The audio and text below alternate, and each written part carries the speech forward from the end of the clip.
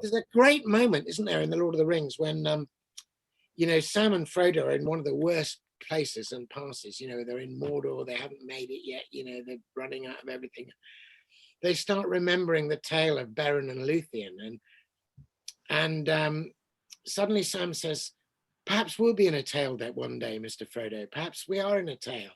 And then he looks forward to the telling of the tale and how they'll tell the tale of Frodo and the Ring of Doom. And it actually keeps them going. Yeah. And then, of course, Tolkien's wonderful eucatastrophe, the good catastrophe.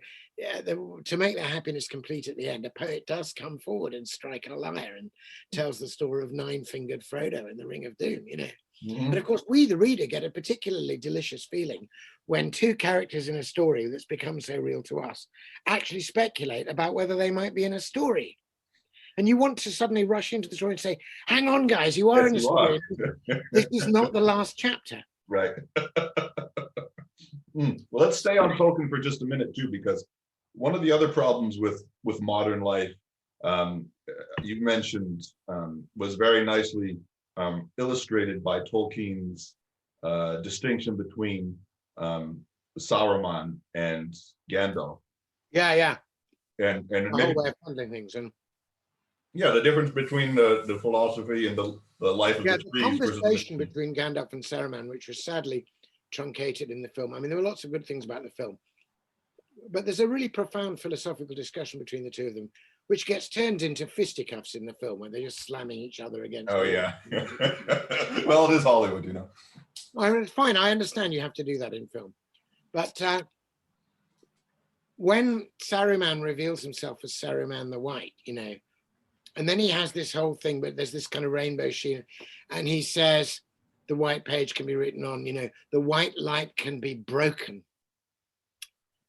And Gandalf looks at him sharply and says, he who breaks a thing to find out what it's made of has left the path of wisdom. And that seemed to me an extraordinarily sharp, if you like, insight or analysis into the whole analytic tradition of the West, which consists not only of dissecting people and things, but of breaking the mysteriously woven fabric of the world into its tiniest parts by analysis, and then thinking that if you know all the little parts, you know it all. Yeah. Though there were nothing holding them together. Yeah. And Coleridge saw that and objected to it. He said, talking about the philosophers Locke and Hume, he said, for them, the world is just an immense heap of little things. And he called them the party of the littlest because they, and he said, no, it's the vast things which the imagination embraces. And the imagination sees the beautiful unity in the disparate parts. Yeah. You can't put the unity under a microscope. You can only put the little bits under a microscope.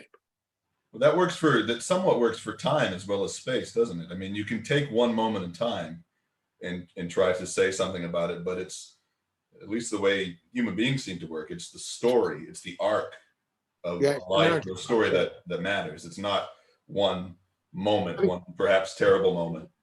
You can have moments. Obviously, there are great mystical moments, but even Eliot in the Four Quartets, who has these wonderful descriptions of these moments, says this about narrative. He says, a people without history is not redeemed from time, for history is a pattern of timeless moments.